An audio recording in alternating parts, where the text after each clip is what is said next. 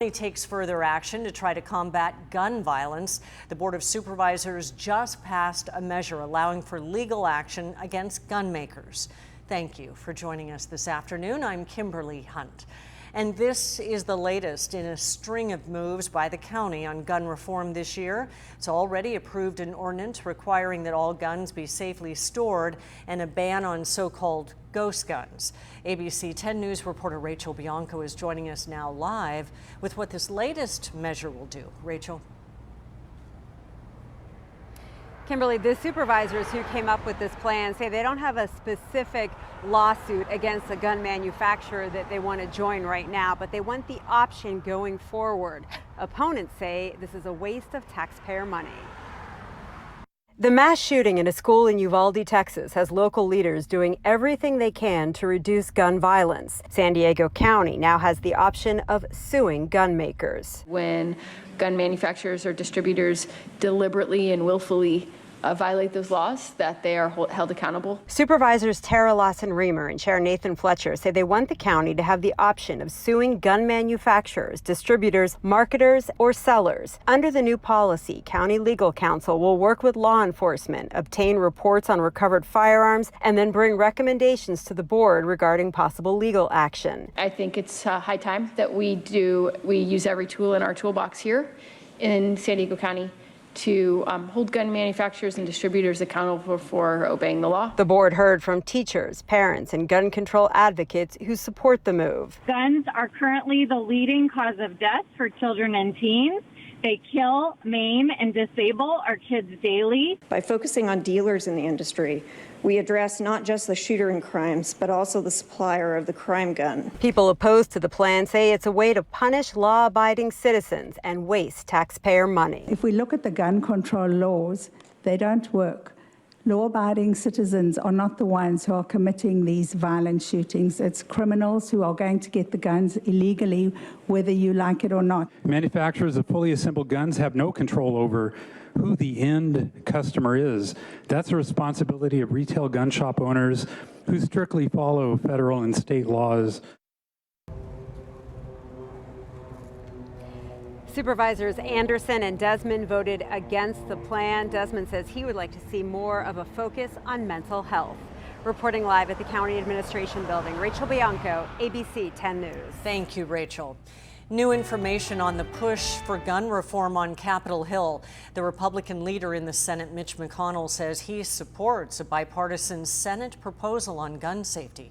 That framework was introduced over the weekend. It includes funding to states to implement red flag laws, strengthening background checks for those under 21, and strengthening school security and mental health programs.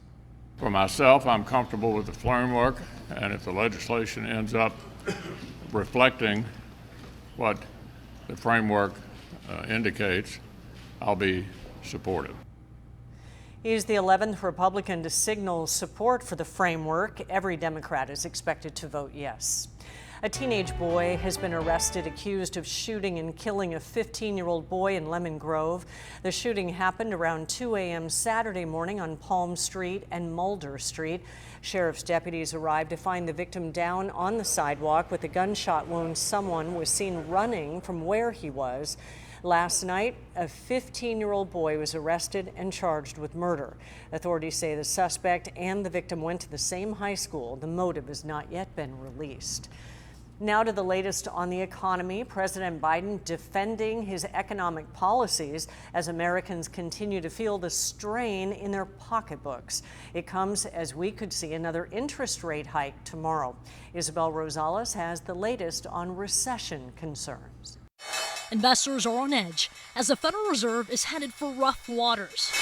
The central bank is debating raising the interest rate by 0.75 of a percentage point, unseen since 1994.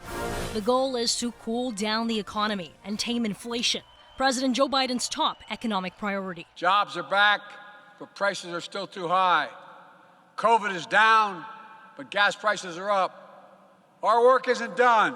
Without many options to fight price hikes or gas prices, Biden instead touting ultra-low unemployment numbers and some economic recovery from the pandemic. I've never been more optimistic about America than I am today. Plus, a key inflation reading showing a small glimmer of hope Tuesday, revealing a slight slowdown in rising prices. Inflation has been a real problem in the country, and it is proving to be stickier and more stubborn than officials had hoped. So what can you do to protect your money? Financial experts say continue to invest in your 401ks and retirement accounts. Don't panic. And the reason I say that is, how many times have we seen the market go down? The next steps depends on your financial situation and how much time you have left before retirement. If you're somebody out there living paycheck to paycheck, or you don't have an emergency fund, or you're not funding a retirement account, you should stop going out to eat, going on vacation, and doing all those things. Bottom line, cut down on the non-essentials. I'm Isabel Rosales reporting. Coming up at 4:30, we'll speak to a professor of finance and talk about the latest economic data. How long will the price of everyday items stay high? And how will another interest rate hike impact you? Find out at 4:30. Another rough day on Wall Street today as the Dow drops another 150 points. The Nasdaq finished slightly higher, up 19 points. The S&P 500 continued to tumble, dropping 14 points and falling deeper into bear market territory. You may have heard the term bear market this week in relation to the stock market. Now, if you have investments, you know it's been tough. A bear market is when an index like the S&P 500 or even an individual stock falls 20% or more from a recent high for a sustained period of time. Now, the last bear market happened in February to March of 2020, and that was actually the shortest one ever. On average, this type of market can last at least a year.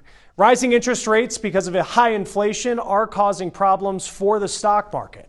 Now, the Federal Reserve could make its biggest interest rate increase since 1994 this week. It started 2 days of meetings today. Now, many were expecting rates would go up by 0.5 percentage point. Now, there's talk of possibly raising interest rates by 0.75 percentage point. That is because of recent data showing inflation is just sticking around more than the Fed had hoped. The Fed can't resolve all of the contributors to inflation that include everything from, what we've been talking about for almost 2 years now, supply chain disruptions, obviously the war in Ukraine, the latest insult to injury with inflation, and sort of all the things in between. What the Fed can do is target demand, bring demand down by making things more expensive. And we'll see how that works out in the coming months. Interest rate hikes already in place are having an impact. Borrowing of all kinds is now more expensive. The housing market has slowed down. Mortgage applications are at the lowest level in decades. The Fed is hoping consumer spending goes down, which means companies would stop increasing prices so much that they can hold on to customers. Now, job growth is expected to slow a bit as well, but economists say it is a tricky balance of reducing inflation without causing a recession. And if the Fed's policy works, you are going to see a period of time that looks like what's known as stagflation, but may not actually be. Which is this period of time where inflation really hasn't started to come down yet, but it's flattening at this sort of high level. But business activity is beginning to fall. So that's going to bring inflation down, but it hasn't really come down yet. And so at this plateau level, you're going to have lower economic activity and inflation that's still high. Now, she says if that continues for a while, that is when stagflation is a concern. But she says in some places, we are in a better place now. When we saw stagflation back in the 1970s, one factor now is not many people get automatic cost of living adjustments for their pay like they used to. With earnings not keeping up with rising prices, that means demand is unlikely to pass supply, which would be a factor for stagflation. Now, a lot of people say they're just being passed over for jobs recently because they don't have the needed skills. We'll show you the free training program that is working to shrink that skills gap. They taught me things that I did not know. How to speak to a guest, how to speak to a client, those type of things. Important skills. We'll talk about the success that she and others are now seeing from investing in themselves. After being released from a Russian prison, Camp Pendleton Marine Trevor Reed is now taking action against that country. The movie made to try and hold it accountable over claims of human rights abuses.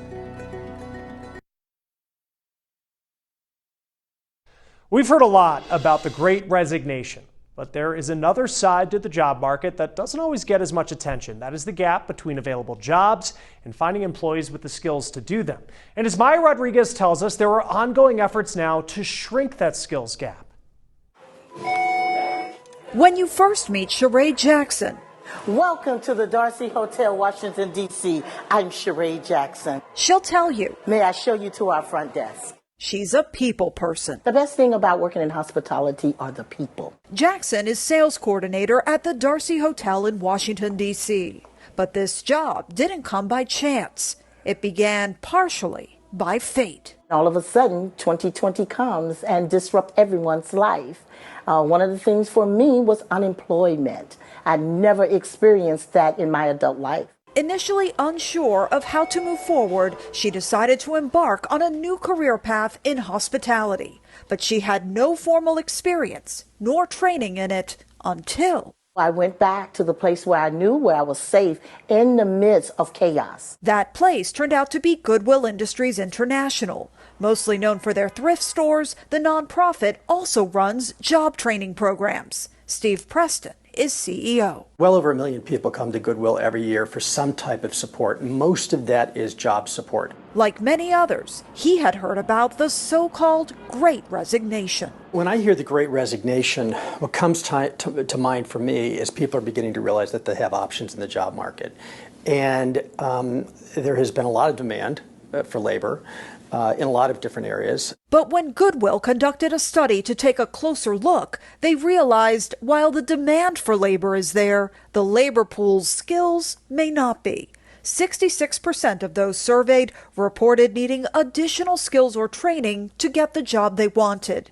And 57% reported missing out on jobs in the past 2 years because they lacked the needed skills. We find that a lot of the people we support may not have the skills even to get through the door. Which is why Goodwill started a free training program in various fields to help, including in hospitality, which Sheree Jackson enrolled in. They taught me things that I did not know. How to speak to a guest, how to speak to a client, those type of things. So this certificate is the front desk program. And more than that, through training, she earned these certifications from national professional associations for things like food preparation and handling and hotel hospitality work. Certifications that eventually led her here to her current job in hotel sales. It helped me get a promotion and a raise all at once. You can't ask for anything better than that. Which she says wouldn't have been possible without that training. If it had not been from this program, I don't know where I would have been. Something she hopes others will consider trying too. Don't give up on yourself. I'm Maya Rodriguez. We continue with our breaking news right now. Lifeguards are now confirming there is a submerged swimmer in the water at Mission Bay. They have cleared the water of everyone else. We do see many divers in the water. There's still a lifeguard boat out there.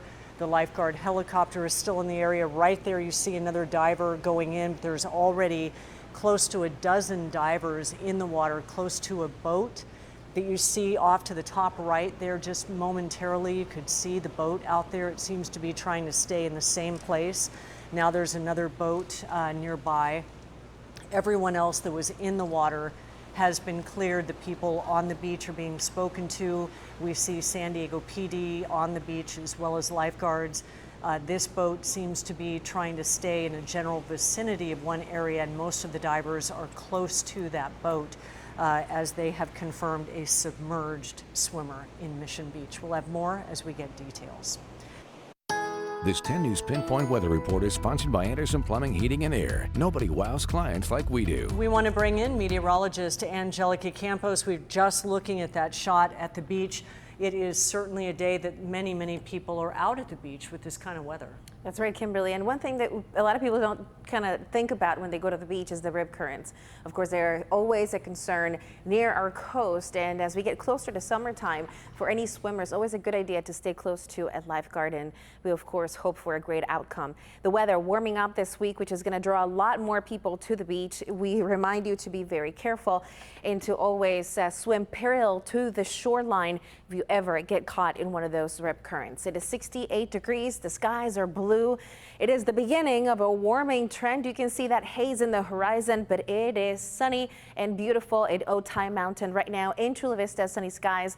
Temperatures at 69 degrees, and the numbers have already jumped almost 10 degrees in some parts of the county, including Escondido, Poway, El Cajon. In San Diego, 3 degrees higher than yesterday at the same time. The numbers averaging close to 80 degrees in Escondido, but we're up there in Ramona with 81 degrees right now, 83 Warner Springs, and then over towards the coast, 65 degrees in Del Mar, 72 in Oceanside. In the big picture, not much going on here in our region specifically, but to the north, there is a storm setting up, which is going to bring changes, but potentially not until the weekend.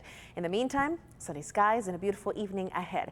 High pressure will be the dominant feature. It'll stay strong through the end of the week. Then it will begin shifting over the weekend. That opens up the door for cooler air to start diving into the region. So the temperatures will plummet slightly. For tomorrow, 72 at the coast. Morning clouds will give way to sunny conditions, becoming mostly sunny around the county. Inland communities will average in the low 80s for the last week of the season, and then we're jumping right into summer. 70s for the weekend, so it should be a little bit more comfortable for Father's Day weekend. Mountains 86 degrees tomorrow, 70s returning Friday, and then in our deserts it has been a scorcher. The triple digits continue. 106 degrees expected tomorrow. Kimberly, back to you. Thank you, Angelica. The man accused of shooting a CHP officer in Los Angeles is now behind bars. How a bloodhound helped officers locate him after a 12-hour manhunt. Skycam Views, sponsored by Carlsbad Solar. Moderna's COVID shot may pose a higher risk for heart inflammation than Pfizer's, but that risk is still small, according to new data from the CDC. Overall, Moderna's rate of heart inflammation was 97 cases per 1 million doses, and Pfizer's was 81 per 1 million. Now, the CDC notes that this was not consistent across all U.S. vaccine monitoring systems. Researchers from around the world are working on a new kind of COVID test that measures immunity to the virus. Now, this is different than an antibody test that you may have had, where levels can drop off a few months after vaccination or infection. Instead, this tests for the T cells in our blood, which are crucial in our immune response and can last up to a year. Researchers say these tests could help determine how often boosters are needed. Now, the government estimates as much as 20% of pandemic relief money meant for small businesses actually went to fraudsters. This is not imaginary money. Each dollar stolen was a dollar taken from a small restaurant owner who wanted nothing more than to keep her staff on the payroll, or taken from suddenly unemployed parents who needed help feeding their families. Each dollar stolen could have been used to obtain protective gear, COVID tests, or other scarce resources. Now, that was from a hearing today in Congress working to address the issue. Lawmakers say the Trump administration lacked basic fraud guidelines for the Small Business Administration when they were distributing the money. Members of Congress say as many as 1.6 million loan applications may not have been reviewed at all. The FDA just approved the first drug to treat alopecia. Now, it's a pill that is called Olumiant. Now, it works by blocking an enzyme that triggers the body's response to alopecia. The autoimmune disorder attacks hair follicles and causes people to lose their hair. It is something 300,000 Americans deal with every year. Imagine having this disease, a disease that alters your appearance practically overnight, and you've never had treatment options until now. It provides choice and it provides hope for the patient community. In clinical trials, 32% of patients saw positive hair growth with this drug. Right now, it is listed at about $2,500 a month, but the cost to patients is expected to go down with insurance coverage now that the drug is FDA approved. Loneliness is impacting men more now, with more saying they have no close social connections. The impact that social isolation can have And we'll tell you how you can break that cycle. It was another rough day on Wall Street as the Fed prepares to raise interest rates again. We'll speak to a financial expert about the chances that we fall into a recession. You're watching ABC 10 News at 4. We continue with our breaking news. Lifeguards now confirming there is a submerged swimmer in the water at Mission Beach. They have cleared the water of everyone else. They have divers in the water. They have a lifeguard boat in the water. There are jet skis with lifeguards on them. There's also a helicopter overhead. Clearly, the divers are searching the water in a coordinated side-by-side fashion. 4 or 5 all lined up will all dive under at once when the wave comes, trying to clear each area and go to another area, dive again. There is clearly a search going on at Mission Beach. As we get more information, we will bring it to you. As we reported earlier, decades-high inflation and the price of everyday items going up. And here to break down the latest on the economy is USD Clinical Professor of Finance, Dan Riccotto. Dan, thank you for joining us this afternoon. Hey, my pleasure. Thanks for having me. Well, what do the latest indicators tell you about the chances we'll fall into a recession? Looks pretty good, actually. We had negative growth last quarter. It only needs 2 quarters of negative growth to be officially a recession. So it's looking like if we might tip into a recession, I suspect if we do, it'll be fairly short-lived and fairly shallow. What do we need to watch out for? Clearly, gas prices, food items, cars, you name it, the skyrocketing prices. But it's that dance between interest rates and what we can do with inflation. Tell us what we need to watch out for. I like how you said that, the dance between interest rates and inflation, because you're absolutely right. The reality is that the Fed's main tool, the government's main tool to combat inflation is interest rates, right? And tomorrow they're going to raise interest rates again. And that simply means that the Federal Reserve is making the price of money more expensive, just like the price of everything else. As money gets more expensive, consumers will use less of it. The economy will calm down, shrink perhaps. And that should put the brakes on inflation. So I like the way you described that, the dance between the two, because it is a dance. And what does it really mean when people need to go buy a new car? We're trying to buy gas, groceries. What is that real impact to the everyday person? Yeah, there's the bad news, right? So you and I can expect to pay more for our loans. Our credit cards, we're going to see interest rates go up pretty quickly on credit cards. Your next student loan, federal student loan interest rates are set in July of each year. You can expect to pay more on your next student loan. Mortgages, we've already seen the mortgage rates now today over 6%. Just a few months ago, you remember they were closer to 4%. So the price of money goes up. You and I as consumers pay more when we borrow. All right. Dan Riccotto, thank you for joining us with your expertise. We will definitely keep the conversation going with you. Interest rates will rise. We need to watch what's happening as people need some relief just with these expenses and the high cost of living. For sure. Thanks for having me. Have a great day. Thank you. And now to Mission Beach, where people living there are asking law enforcement to crack down on street vendors in the community. ABC 10 News reporter Marie Cornell shows us why vendors say they should be allowed to stay. Some residents say they want these tents gone. They say they basically take up space in this area.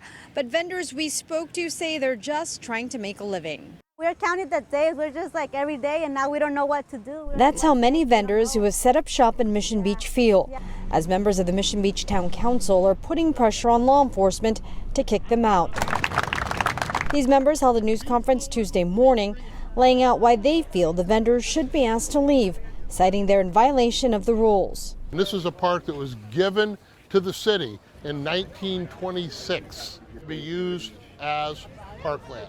This comes as the city is scheduled to implement stricter rules for street vendors starting next week, designating when and where they can sell and for how long. But Mission Beach Town Council President Larry Webb says that's not enough. It's disturbing to me.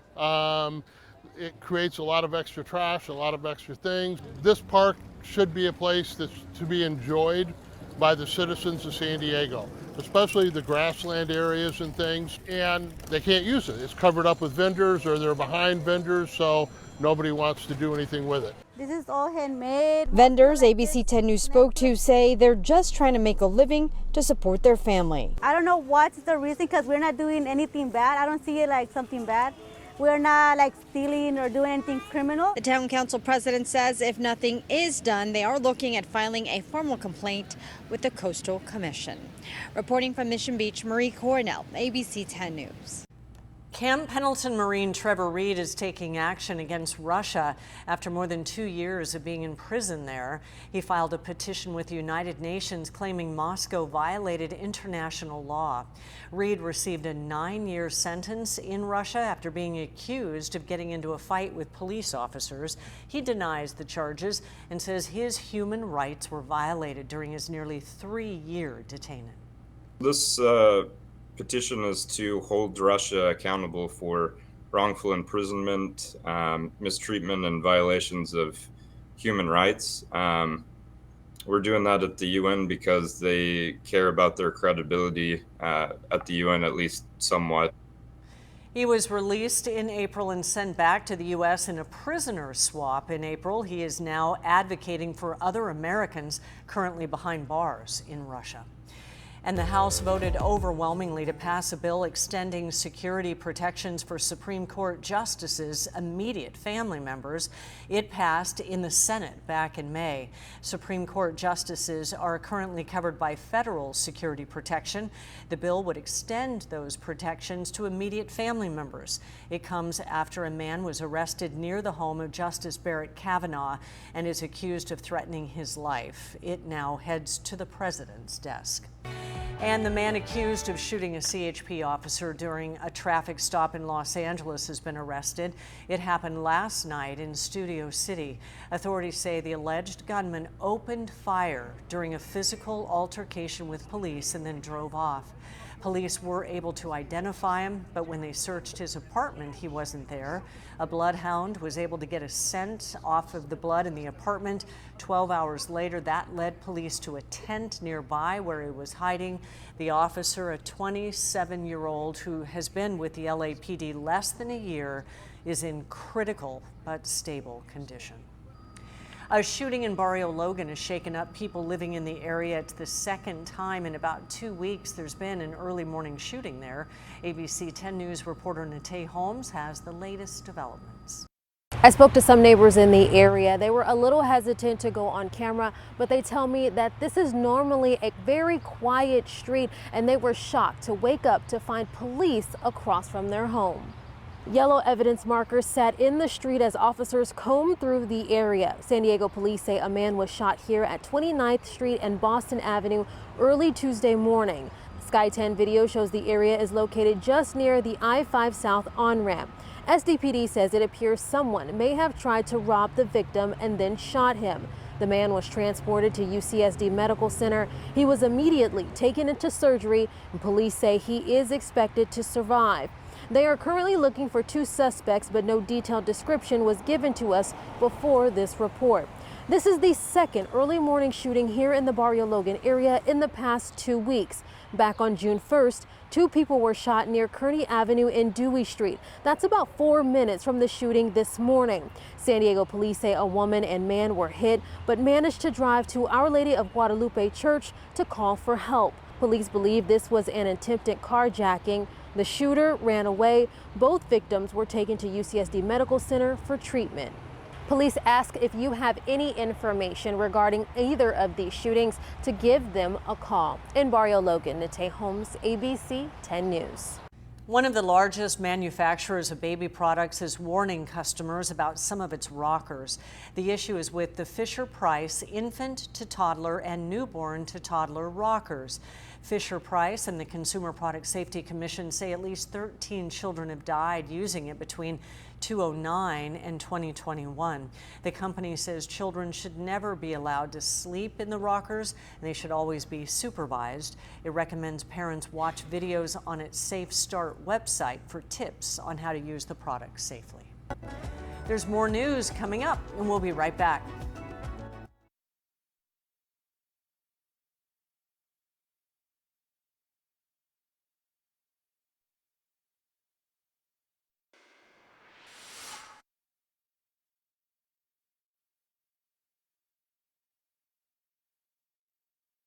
who they are is a powerful thing. Vanessa Mishania is looking into the debate. Come here and just, write in their journal or hang out or chat. We're a library, but we don't mind having people talking. Welcome to Quatrefoil Library. This is a very early lesbian publication. I think the Various versus starts in 1956. For 36 years, it's been a place for books and archived magazines centered around the queer experience. The mission, I think, then as now, is to be a crossroads. It's also a place that believes in the power of books that help folks see themselves in and connect to a community they might otherwise not have. With this belief, the current culture war is something that worries Executive Director Claude Peck. It's a concern, and things seem to be accelerating. According to PEN America, between July 1st, 2021 and March 31st of this year, 1,586 books were banned in 86 schools across 26 states, including Minnesota, where Quatrefoil is located. Most of these books had to do with race and LGBTQ topics. Books were an important part of my coming out process. And so for me to be able to think about what was missing then and what is probably missing now, and can I write that? And those are the books I'm trying to write. Rachel Gold is an associate professor and author of young adult or YA books. I think representation is immensely important in young adult because it's this identity formation stage. Rachel says they believe these bans come from fear. They believe stories are one of the safest ways for teens to see themselves as they figure out their identity, or for people to learn about others different from them.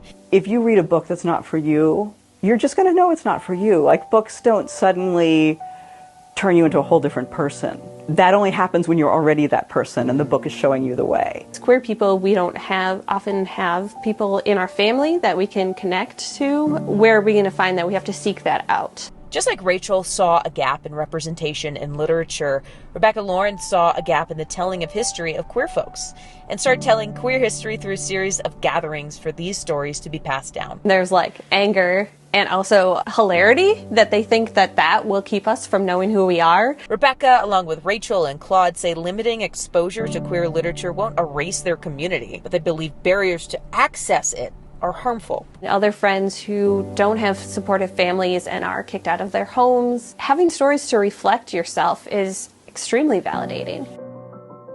My parents hated my Frank Zappa album when I first bought it, and I liked it twice as much as a result. So you got to be careful of that too. While conversations about excluding books in libraries continue, advocates for more available literature hope people consider the benefits of representation. Be aware that this wisdom comes from all kinds of sources and that it's a changing world. And it's, as far as the LGBTQ thing, I think it's changing for the better.